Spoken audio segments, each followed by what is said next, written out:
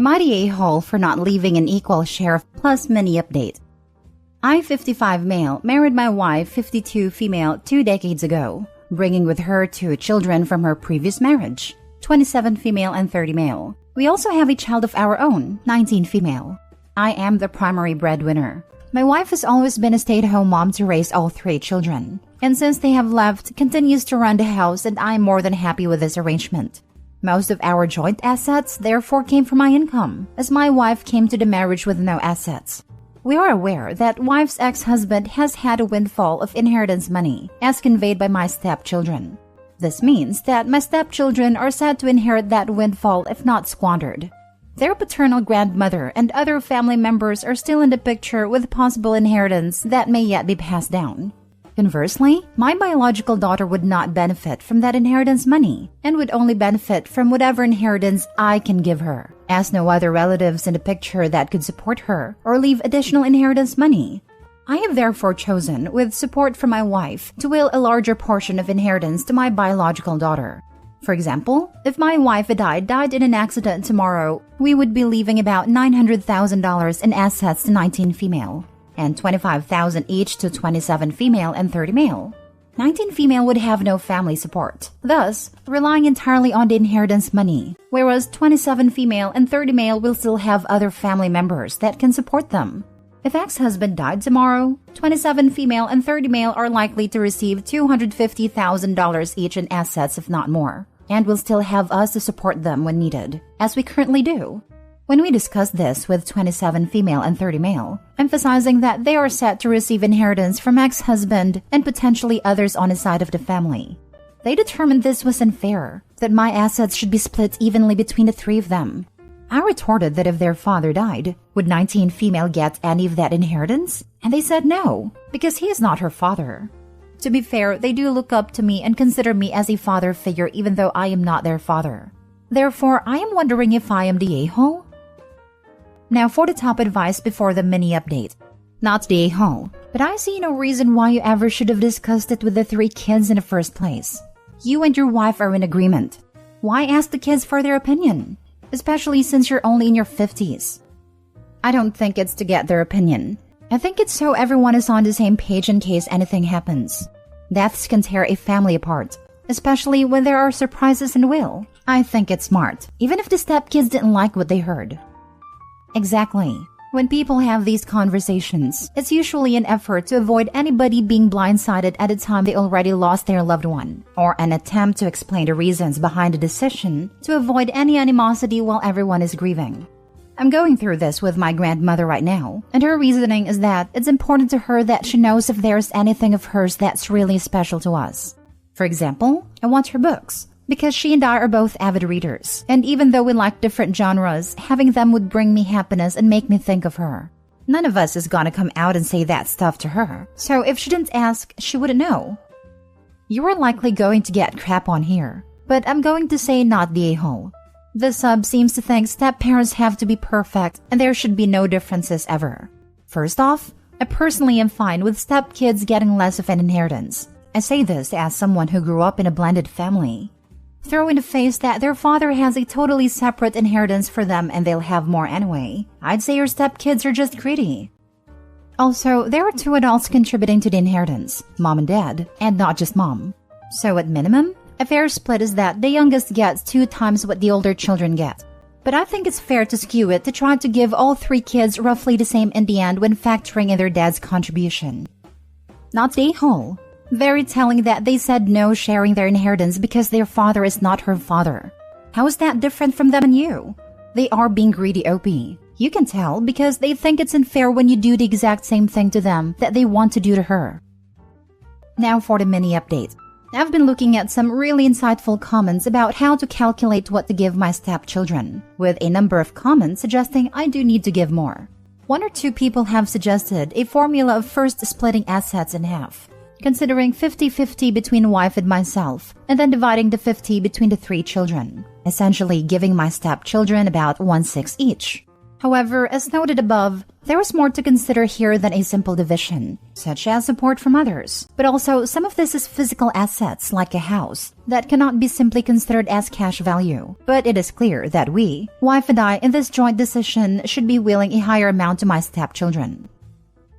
Next story. Am I the a-hole for throwing away the expensive whiskey my brother got me for my 40th?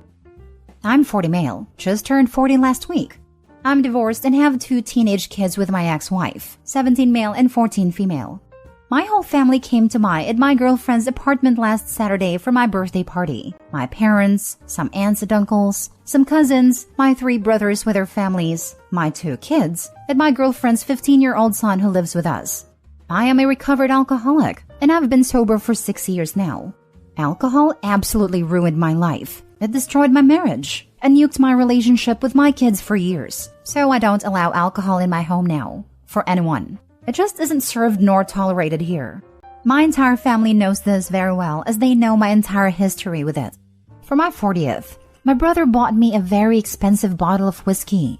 It had writing on it, a very heavy bottle and very old whiskey. So it probably cost him a couple $100. When he gave me the bottle, I was shocked and said, I don't drink, but thanks for the gift. He then opened the bottle and started pouring shots in plastic cups for everyone. My daughter had a panic attack at the smell of the alcohol, which I am painfully aware is my fault, and I will never forgive myself for it. So I told my brother to take the alcohol out on the balcony and just leave it there.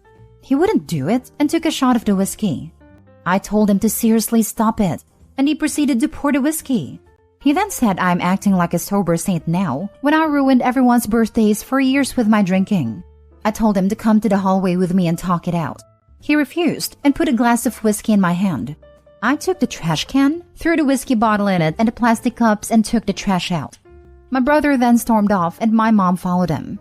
She later called me, demanding an apology for disrespecting my brother like that. My dad said I was being overly sensitive, and some of my other family members also agree. Am I the a-hole here? Not the a-hole.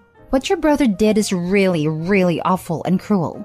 Possibly the worst gift I've ever heard of someone giving another, especially as he is aware of your struggles and recovery. Congratulations on recovery and standing up for yourself and your family. And I can't believe the rest of the family supporting the brother and calling Opie disrespectful. It's a bizarre world. I know. It's basically a miracle Opie is safely in recovery with that kind of support system. Kudos to Opie. I knew a couple where the husband was an alcoholic but tried very hard to stay sober.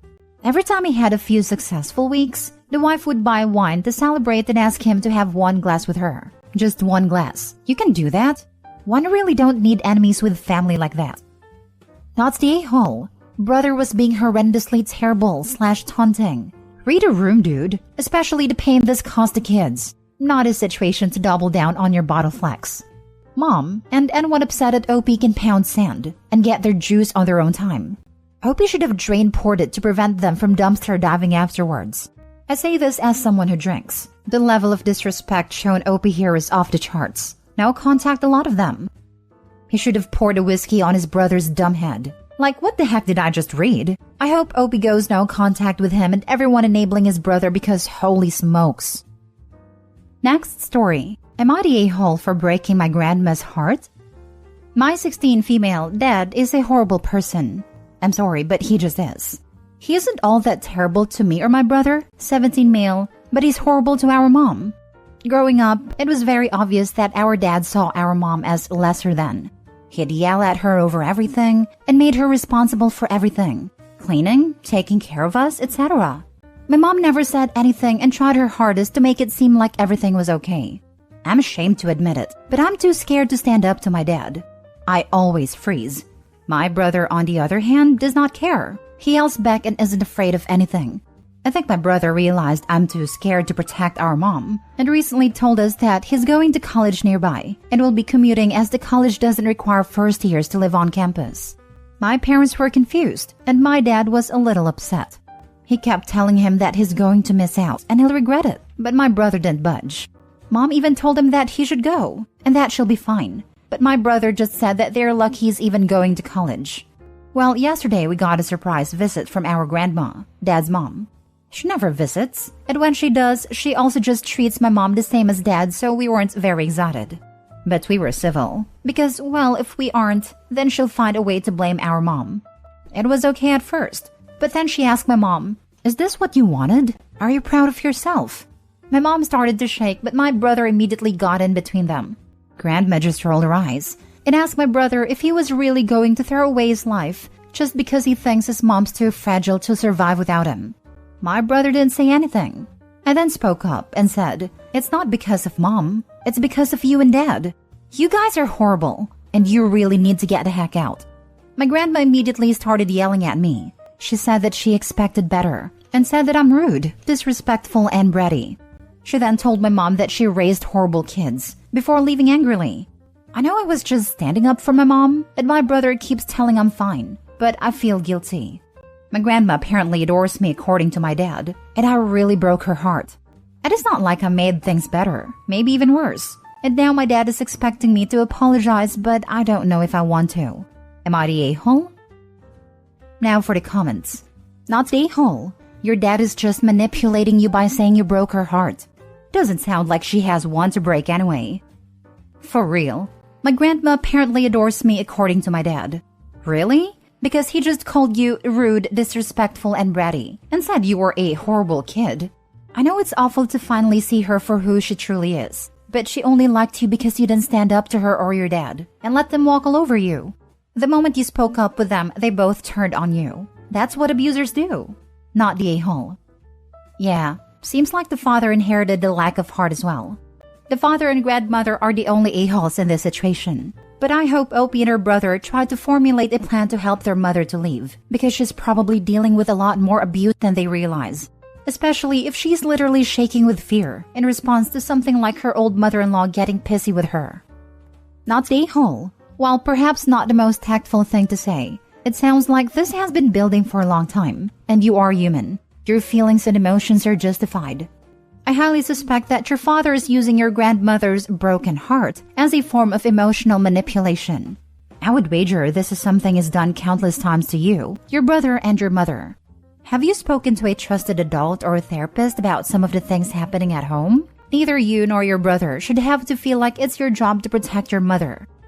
It has been building, and I guess I also took out my feelings regarding my dad out on her as well. And I don't know. My brother always told me not to tell anyone and that he'll handle it. So I guess I haven't.